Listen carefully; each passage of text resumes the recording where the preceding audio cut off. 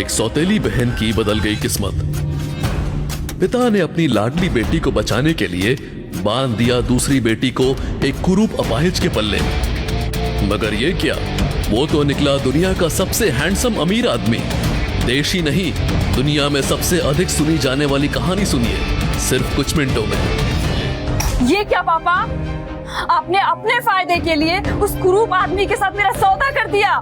दरअसल आरोही के पिता महेश्वर ने आरोही की शादी दिल्ली के रईस खानदानों में से एक रायजादा खानदान के इकलौते वारिस विक्रम रायजादा से तय कर दी थी, वो भी आरोही से बिना पूछे। अपनी लाडली बेटी अनन्या की जिंदगी बर्बाद नहीं करना चाहती थे आप, तो मुझे बनी का बकरा बना दिया ना। अगर ये शादी लाखों में एक है तो करा दीजिए ना अनन्या की उस बदसूरत अपाहिज विक्रम से शादी। बस, अगर तूने मना किया तो मैं तेरी खाल उधर लूंगा। बड़ी बहन होने के नाते ये शादी तुझे ही करनी होगी। चाहे कुछ भी हो जाए, मैं ये शादी बिल्कुल नहीं करूंगी। तभी आरोही की सौतेली माँ सुधा ने कुछ तस्वीरें निकाली और आरोही की तरफ फेंकी। उन तस्वीरों में आरोही की सगी माँ थी। माँ की फोटो देख आरोही के रुके हुए आंसू छूट गए और बहने लगे। आरोही, मैं और तेरे पापा जानते हैं कि इस वक्त तेरी माँ किधर है। अगर तुम्हें अपनी माँ से मिलना है तो इस शादी के लिए हाँ कर दो। कभी आरोही, उसकी माँ और बाप महेश्वर एक छोटा और खुशहाल सा परिवार हुआ करते थे। लेकिन लगभग 14 साल पहले महेश्वर सुधा से मिला और प्यार में पड़ गया। आरोही की सगी माँ वो सदमा सह नहीं पाई और उसने अपनी सुध खो दी और एक दिन अचानक कहीं गायब हो गई। अपनी माँ को वापस पाने के लिए आरोही कुछ भी करने को तैयार थी, इसलिए उसने विक्रम रायजादा से रिश्ता मंजूर कर लिया। शादी के मंडप में जब आरोही बैठी थी तब विक्रम वहां व्हील चेयर पर आया था। आरोही ने विक्रम का चेहरा देखने की कोशिश की, लेकिन सेहरा पहने होने की वजह से वो विक्रम की शक्ल नहीं देख पाई। शादी होने के बाद जब आरोही ने कमरे की उस लाल रोशनी में अपने पति का चेहरा देखा तो वो ऊपर से नीचे तक हिल गई, क्योंकि विक्रम बिल्कुल भी वैसा कुरूप नहीं था जैसा पूरी दुनिया उसके बारे में बोलती थी। उल्टा वो तो बेहद ही खूबसूरत था। एक पल को आरोही को लगा कि वो गलत कमरे में आ गई है। चिंता मत करो, तुम बिल्कुल सही कमरे में आई। नहीं विक्रम। आरोही ये सुनकर चौंक गई। फिर विक्रम ने बड़े ही प्यार से आरोही के हाथ अपने हाथ में लिया और अचानक ही एक तेज धारदार चाकू से उसकी उंगली पर एक कट मार दिया, जिससे उसकी उंगली पर थोड़ा खून आ गया। आरोही दर्द से कर्राह उठी। विक्रम के इस बर्ताव से आरोही दंग रह गई। इससे पहले कि वो कुछ पूछती, विक्रम बोला, जाओ जाके सोफे पे सो जाओ। और हाँ, ये बात याद रखना, ये आखिरी बार जब तुम मेरे बिस्तर पर आई, समझे? जी। अभी अभी जो भी हुआ था उसे भूलकर आरोही अपनी माँ के बारे में सोचने लगी। उसी के लिए तो वो ये सब कुछ कर रही थी। अब वो बस ये उम्मीद कर रही थी कि बहुत जल्द वो अपनी माँ से मिल पाए। इस ख्याल की खुशी जहन में बिठा के वो चुपचाप सोफे पे सो गई। अगली सुबह एक भारी आवाज ने आरोही को जगाया। जैसे ही उसने आंखें खोली, उसके सामने एक बिल्कुल ही भद्दा सा चेहरा था। एक पल के लिए वो समझ नहीं पाई कि वो कौन है। क्या हुआ? एक ही रात में अपने पति को भूल गई? ये आवाज तो विक्रम की ही थी, लेकिन उसका चेहरा कुछ अजीब लग रहा था। उसने विक्रम का खूबसूरत चेहरा अपनी आंखों से पिछली रात देखा था, तो फिर ये भद्दा चेहरा कहाँ से आया? क्या उसने कोई नकाब पहना था? पर कोई इतना खूबसूरत होकर ऐसा भद्दा नकाब क्यों पहनेगा? दुनिया अपनी खामियां छुपाने के लिए तरह तरह की चीजें करती है, और यहाँ विक्रम इस बदसूरत नकाब के पीछे इतना खूबसूरत चेहरा छुपाए बैठा था। पर क्यों? यार, आरोही की उसकी मर्जी के खिलाफ जाकर उस अपाहिज और क्रूप आदमी से शादी करा दी गई। पता नहीं कैसे रहेगी वो उस जानवर के साथ उस घर में। तुम्हें जानना नहीं है क्या? वो राक्षस विक्रम आरोही को मार तो नहीं देगा ना?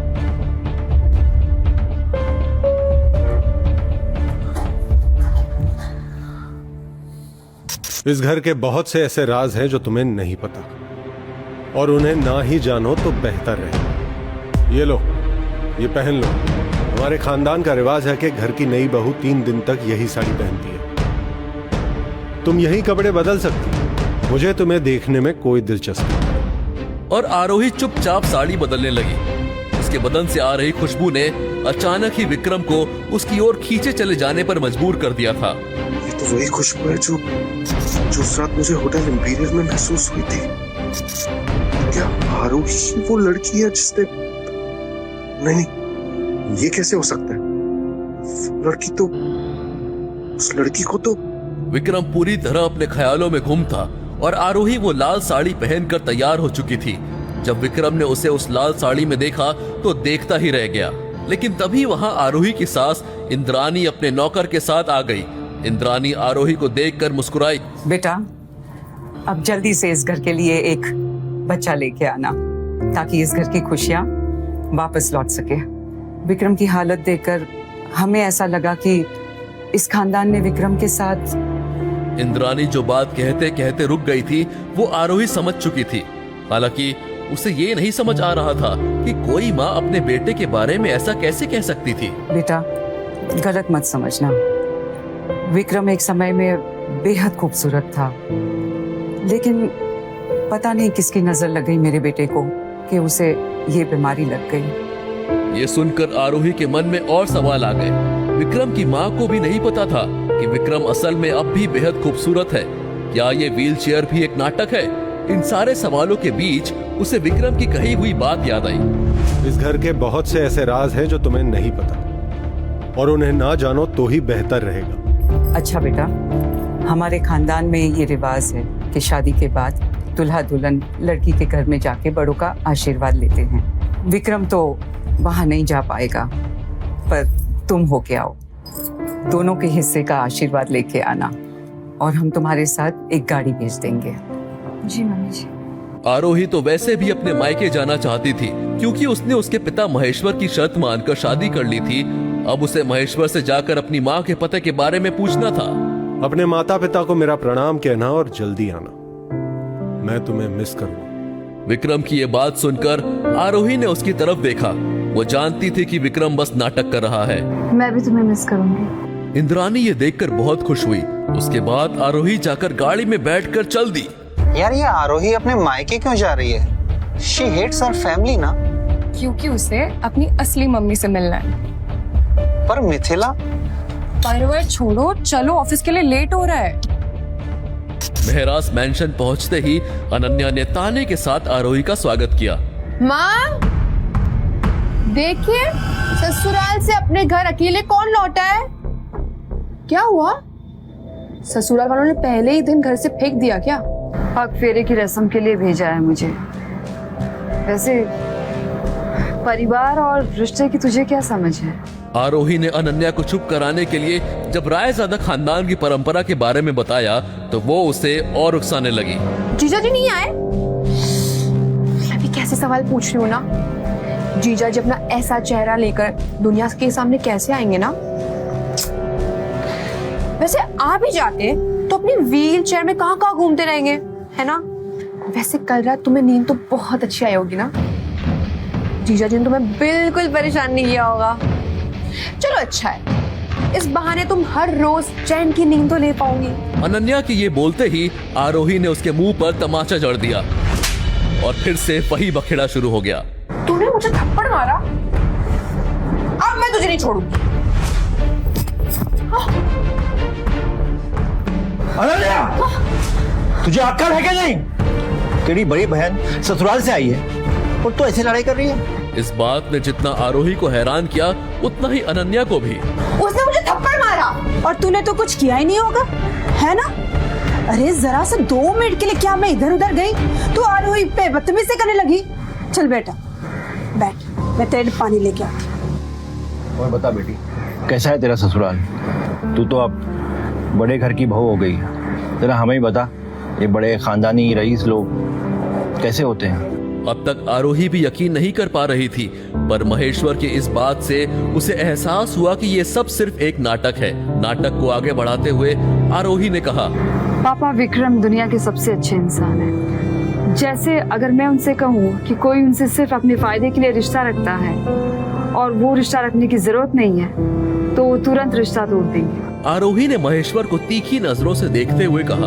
यह सुनकर सुधा टेबल तक पानी लाते लाते रुक गई। उस वक्त अनन्या के अलावा सब लोग समझ चुके थे कि आरोही के साथ ये जो सब हो रहा था उसका क्या मतलब था।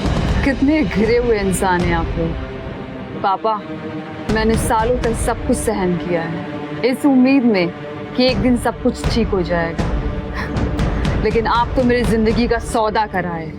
अनन्या को अब धीरे धीरे कुछ कुछ समझ में आ रहा था। आरोही उसकी तरफ बढ़ते हुए बोली, और तो पूछ रही थी ना कि कल रात चैन की नींद आई कि नहीं। उसने अपनी उंगली का वो घाव दिखाते हुए कहा, ये मिला है मुझे सुहाग रात में। अरे बेटा, ये पति पत्नी की बातें ये सबके सामने क्यों कर रही हो? सुधा की बात पूरी होने से पहले आरोही ने उसे काटते हुए कहा, ये पति पत्नी का रिश्ता नहीं है, ये एक जानवर और इंसान का रिश्ता है, जहाँ जानवर मालिक है और इंसान उसका गुलाम। और जिसके लिए मैंने ये सब किया है वो कहाँ है? हाँ, कहाँ है मेरी माँ? आप लोगों ने कहा था ना जब मेरी शादी हो जाएगी आप लोग मेरी माँ से मिलाएंगे मुझे। अभी तुझसे नहीं मिल सकती। महेश्वर ने दबी हुई आवाज में कहा, और ये सुनते ही आरोही चौंक गई। क्या? लेकिन क्यों? देख आरोही, हम तुझसे प्यार से पेश आ रहे हैं, इसके बदले में तू हमारे सर पे चढ़ने की कोशिश मत कर। हम जो तुझे समझा रहे हैं उसको प्यार से सुन ले और समझ ले, वरना और भी तरीके हैं हमारे पास तुम्हें समझाने के लिए। हाँ तो आजमा लो ना। आज ये पहली बार तो नहीं है ना जो ये होगा। जितने भी तरीके हैं सब आजमा लो। अगर मैं आज अपनी माँ से नहीं मिली तो मैं अभी के अभी जाके विक्रम को तलाक दे दूँ। ये सुन के सुधा और महेश्वर की हवाइयां उड़ गई। तुम ऐसा कुछ नहीं करोगी आरोही। मैं जो चाहूँ वो करूंगी। ठीक है, तो अपने मन की कर, मैं भी अपने मन की करूंगा। अगर तूने इस दहलीज से कदम बाहर रखा तो तुझे तेरी माँ नहीं उसकी अस्थियां मिलेगी। महेश्वर की बात सुनकर आरोही वहीं की वहीं रुक गई और मुड़कर बोली, शर्त ये थी कि मेरी विक्रम से शादी होते ही आप मुझे मेरी माँ से मिलाएंगे। वो शर्त थी, लेकिन अब नई शर्त है। अब तू अपनी माँ से तब मिलेगी जब मेरा एक काम पूरा होगा। मेरा एक कॉन्ट्रैक्ट है जिसका मैंने सालों से इंतजार किया था। बस एक बार विक्रम की साइन हो जाए उस पर, उसके बाद तुम अपनी माँ से मिल सकती हो। अब फैसला तुम्हारे हाथ में है, तुम्हें तलाक चाहिए या तुम्हारी माँ। सुधा और महेश्वर की बात सुनकर आरोही जमीन पर बैठ गई। अब अपनी माँ से मिलने के लिए उसके पास उस जानवर की पत्नी बने रहने के अलावा कोई और रास्ता नहीं था। कुछ देर तक आरोही ऐसे ही बैठी रही और फिर उठकर अपने कमरे की तरफ चली गई। अनन्या चेहरे पर शैतानी मुस्कुराहट लिए आरोही को जाता देखते रही। अचानक उसके दिमाग में एक खुराफात सूझी। वो किसी भी तरह आरोही की ये शादी तोड़ना चाहती थी। हालांकि अनन्या ये भी अच्छी तरह जानती थी कि उसके माँ बाप का बहुत सा फायदा इस शादी पर टिका हुआ था, लेकिन वो आरोही को बर्बाद करने का ठान चुकी थी। कितने मतलबी हैं यार उसके घर वाले। राक्षस विक्रम नहीं, उसके घर वाले हैं। विक्रम ने तो सिर्फ नकाब पहना है। पता नहीं कितनी और मुसीबतें आएंगी आरोही की लाइफ में। आरोही वापस अपने ससुराल जाने के लिए कार में बैठ तो गई थी, लेकिन तभी अचानक उसे उल्टियां होने लगी और उसने ड्राइवर से कहकर कार डॉक्टर के क्लिनिक की तरफ मोड़ ली। आरोही, तुम प्रेग्नेंट हो। डॉक्टर के ये शब्द सुनते ही आरोही के तो होश ही उड़ गए। वो समझ ही नहीं पा रही थी कि वो आखिर प्रेग्नेंट कैसे हो सकती है। अभी तो उसकी शादी को 24 घंटे भी पूरे नहीं हुए थे और ना तो विक्रम या किसी और लड़के ने उसे छुआ था। ऐसे में आरोही प्रेग्नेंट कैसे हो सकती है? डॉक्टर, मुझे ये बच्चा नहीं चाहिए। अब किसी भी तरह करके इसको। आरोही, मैं तुम्हारी परेशानी समझ सकती हूँ। इससे पहले कि तुम कोई फैसला लो, मैं तुम्हें ये बताना चाहती हूँ कि प्रेगनेंसी 2 महीने की हो चुकी है। So abortion is out of the question. Aarohi को बार बार लग रहा था कि डॉक्टर से जरूर कोई गलती हुई होगी, इसलिए आरोही ने डॉक्टर को डांट दिया। डॉक्टर, आप ये क्या कह रही हैं? This is impossible. लेकिन डॉक्टर कुछ बोले उसके पहले ही आरोही का फोन बज उठा और उसने जब स्क्रीन की तरफ देखा तो कॉल उसकी छोटी बहन अनन्या का था। क्यों? लग क्या ना झटका? तुम्हें क्या लगा? तुमने मुझे जो थप्पड़ मारा है मैं उसका बदला नहीं लूंगी। मैंने पूरी तैयारी कर रखी है तुम्हारी बर्बादी की आरोही। वैसे तुम कितनी फास्ट निकली ना, है ना? कल तुमने शादी की और आज तुम प्रेग्नेंट भी हो गई। मैं प्रेग्नेंट नहीं हो सकती। मुझे तो आज तक किसी लड़की ने छुआ तक नहीं है। इतना जोर मत डालो अपने छोटे दिमाग पर आरोही, कोई बात नहीं।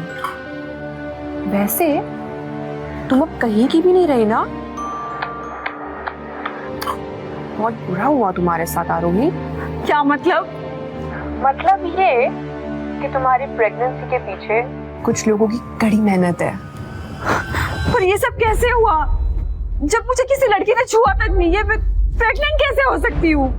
अरे इतनी भोली भी मत बनो अब आरोही। होटल इंपीरियल में उस रात क्या हुआ था याद नहीं है?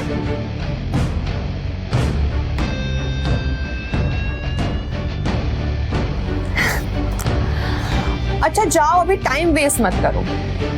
जीजा जी को गुड न्यूज दे दो ना अपनी, और फिर वो तुम्हें धक्के मार कर घर से बाहर निकाल फेंकेंगे। कितना मजा आएगा ना। होटल इंपीरियल का नाम सुनते ही आरोही एकदम से सदमे में आ गई थी। वो काली रात कैसे भूल सकती है वो अपनी जिंदगी की उस काली रात को? Shit shit shit. अनन्या ने अपनी बात कहकर फोन रख दिया था और आरोही भी प्रेगनेंसी रिपोर्ट हाथ में लिए डॉक्टर के क्लिनिक से निकलकर अपने ससुराल तो जा रही थी, लेकिन पूरे रास्ते वो इसी सोच में गुम थी कि अब वो घर पर सबको क्या जवाब देगी। अगर विक्रम को उसकी इस प्रेगनेंसी के बारे में पता चला तो वो न जाने क्या गजब करेगा। विक्रम को पता चला तो मुझे मार ही डालेगा। विक्रम की माँ और उसके घर वालों को पता चला कि मैं प्रेग्नेंट हूँ तो अनमने मन से आरोही जब घर पहुंची तो उसकी सास इंद्रानी नीचे ही उसका इंतजार कर रही थी। ये मैं क्या सुन रही हूँ आरोही? तुम्हारे और विक्रम की शादी को 24 घंटे नहीं हुए और तुम प्रेग्नेंट हो? इसका मतलब छी, मुझे तुमसे ये उम्मीद नहीं थी। आरोही से अपनी सास को कोई जवाब देते नहीं बन रहा था। वो तो खुद हैरान थी कि ऐसा कैसे हो सकता है। समझ नहीं आ रहा मम्मी जी को अब मैं क्या जवाब दूं। मैं तो खुद ही शॉक्ड हूँ ये जानकर कि मैं प्रेग्नेंट हूँ। अगर विक्रम को पता चला तो नहीं, ये मैं नहीं होने दे सकती। विक्रम तो मुझे जिंदा नहीं छोड़ेंगे अगर उसे ये बात पता चली तो। आरोही, मैं तुमसे कुछ पूछ रही हूँ। अब क्या मुंह में दही जमा लिया है? ये किसका पाप लिए घूम रही हो अपने पेट में? मम्मी जी प्लीज मुझे माफ कर दीजिए। मुझे खुद नहीं मालूम ये सब कैसे हुआ। प्लीज विक्रम को कुछ मत बताइएगा वरना वो मुझे छोड़ेंगे नहीं। और आरोही रोते हुए अपनी सास के पैरों में गिर गई। छोड़ूंगी तो मैं भी नहीं तुम्हें। ये गलती नहीं, गुनाह है और गुनाह की सजा मिलती ही है। सजा? कैसी सजा? सजा तो तुम्हें मिलकर ही रहेगी आरोही। सचिन, संजीव, यहाँ आओ। और इंद्रानी के बुलाने पर वहाँ दो अधेड़ उम्र के आदमी आ जाते हैं। इन्होंने ही इंद्रानी को आरोही की प्रेगनेंसी के बारे में बताया था। तुम दोनों को पता है अब क्या करना है? हाँ भाभी, हमें अच्छे से पता है कि इस लड़की के साथ अब क्या करना है। क्या करने वाले हो तुम लोग मेरे साथ? हमारे खानदान का रिवाज है बहुरानी कि जब भी कोई हमारे खानदान की इज्जत को इस तरह मिट्टी में मिलाता है तो हम उसे कहीं मुंह दिखाने लायक नहीं छोड़ते। हम उसका चेहरा खराब कर देते हैं। नहीं, आप लोग ये मेरे साथ नहीं कर सकते। मैं इस खानदान की बहू हूँ। देखिए मेरे करीब बताइए। मैंने कहा ना मेरे करीब बताइए। और सचिन और संजीव हाथ में ब्लेड लिए आरोही की ओर बढ़ने लगे। मैंने कहा ना मेरे करीब बताइए। अब क्या करेगी आरोही? क्या वो सचिन और संजीव से खुद को बचा पाएगी? आखिर कौन है आरोही के होने वाले बच्चे का बाप? विक्रम को जब आरोही की प्रेगनेंसी के बारे में पता चलेगा तो क्या करेगा वो? सचिन और संजीव को कैसे पता चली आरोही की प्रेगनेंसी वाली बात? क्या वो दोनों आरोही पर नजर रखे हुए थे? अगर हाँ तो क्यों कर रहे थे वो ऐसा? आखिर क्या हुआ था उस रात होटल इंपीरियल में? आखिर अनन्या ने क्या साजिश रची है आरोही के खिलाफ? क्यों आरोही के बदन से आती खुशबू बना देती है विक्रम को दीवाना? क्या विक्रम और आरोही पहले मिल चुके हैं? क्या रंग लाएगी विक्रम और आरोही की ये शर्त वाली शादी? क्या है विक्रम के चेहरे का राज? अगर उन दोनों ने अपना वादा पूरा नहीं किया तो क्या करेगी आरोही? इन सभी सवालों का जवाब जानना चाहते हो तो आपको सिंपल सा एक काम करना है। अपने स्क्रीन पर दिखाए गए एक नीले रंग के इंस्टॉल बटन पर क्लिक करना है। क्लिक करने पर तुरंत आपको मोबाइल फोन पे प्ले स्टोर पेज दिखाई देगा, जिसमें पॉकेट एफएम के नीचे दिए हुए इंस्टॉल बटन पर क्लिक करना है। उसके बाद ओपन बटन पर क्लिक करके अपने मोबाइल नंबर से पॉकेट एफएम ऐप रजिस्टर करिए। अब आप पॉकेट एफएम के सभी अद्भुत ब्लॉकबस्टर कहानियों को सुन सकते हैं। सुनने के लिए तुरंत डाउनलोड कीजिए पॉकेट एफएम और सुने एक दिलचस्प कहानी शादी के बाद।